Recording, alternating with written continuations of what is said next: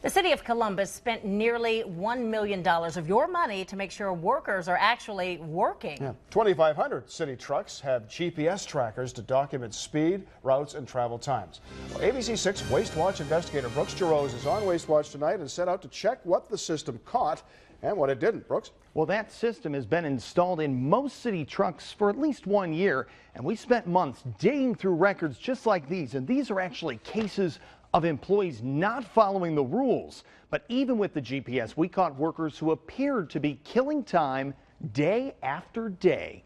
Okay, I'll see you when you come back. Okay. It's another day of work, a routine for Columbus City employees, one that depends on efficiency. Integrity really comes into play. Because wired in below is this small black box installed in more than 2,500 city trucks. It does a very good job of tracking vehicles. These GPS trackers cost roughly $200 each, plus $30 for the monthly subscription fee. Managers like David Hupp can zero in on speed, idling, and travel time. Money well spent? Very well spent. When we first got aware that the systems were going to be put in the trucks, there was a lot of questions that arose. ABC6 investigators poured through the paperwork, hundreds of GPS documents generated from city vehicles in the departments of public utilities and public service. We found in one case an employee was in such a hurry, the GPS showed he was traveling at more than 80 miles per hour along East Broad Street in a 50-mile-per-hour zone.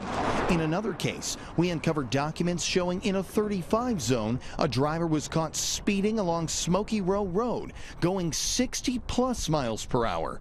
And several other cases, the GPS exposes employees taking long lunches or running errands. The city says it's a supervisor's responsibility to track, watch, and hold employees accountable.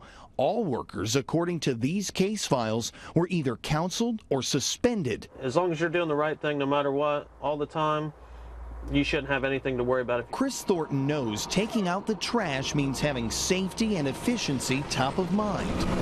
This is where we took a tip about your money being wasted. But a tip to our Waste Watch investigative tip line brought us here to this East Side city lot along Fairwood Avenue.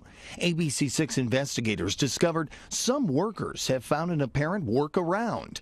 Day one, we see this Recreation and Parks guy sitting in his truck in the back of the lot. Within minutes, it appears he's lighting up and blowing smoke. Is smoking allowed in city trucks? No. 5 minutes later, we see him waving to his buddies, who also park in the back of the lot and sit. We showed the video to the director of Recreation and Parks. Is that acceptable behavior? No, that's not acceptable behavior. The supervisors can't be everywhere. A half hour passes, and we catch this worker still smoking.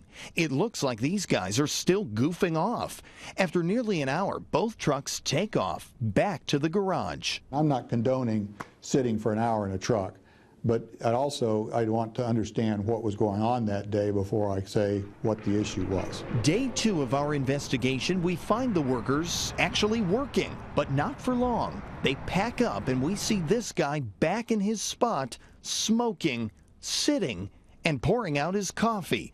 Columbus City workers usually get 2 short 15-minute breaks and a half hour for lunch. But our cameras captured this worker apparently milking the clock 3 days in a row for nearly an hour. You can put all the policies and procedures in place you want. Somebody will find out a way to get around it. They'll get caught eventually. By day 3, ABC6 investigators caught the eye of some lounging employees. First, spotting one of our cameras, then getting out of the truck, looking, thinking, waving, and then taking our camera. Records obtained by ABC6 investigators show the majority of city workers are doing their jobs, and the city's investment is paying off. I think it's a tool. I think it helps. Everybody's pretty much became accustomed to them, and it's kind of second nature. This system, managers say, is forcing increased awareness, less accidents, less speeding, and holding employees accountable. But Big Brother isn't everywhere, leaving some responsibility and trust up to the workers on the street. Now, I know what a lot of people are thinking. What happened to that camera? Sure. I have the evidence right here. We did get it back. We had to confront those employees, tell them we were working on an investigation, and we were able to get this camera back, and that's some of the video you saw here tonight. Wow. Seeing Oh, you're my working goodness. some extra hours, I thought maybe you were working off a camera. Well, 2 months worth of paperwork there. Yeah, that's a lot to go through. It really Yes. was. What happens next to the workers that you found apparently not working? Well, we have presented all of this evidence that we have to the Director of Recreation and Parks. We have even invited him in to look at it. So far, we don't know if any action is going to be taken, but they say this is something they take very seriously. Well, what kind of message does this send to the city supervisors? I think this is a real wake-up call, Yolanda, that supervisors have to be aware of what their employees are doing at all times and really hold them accountable. Not just trusting the technology to sort of keep track of That's everybody. exactly right. Yeah. All right, great story, All right. Brooks. Thank Thanks. you. Thanks, Brooks. All right, if you have a tip for Brooks and the ABC6 investigators, call the investigative tip line at 614-255-NEWS, or you can drop them an email at tips@abc6onyourside.com. Brooks can also be found on Facebook and Twitter.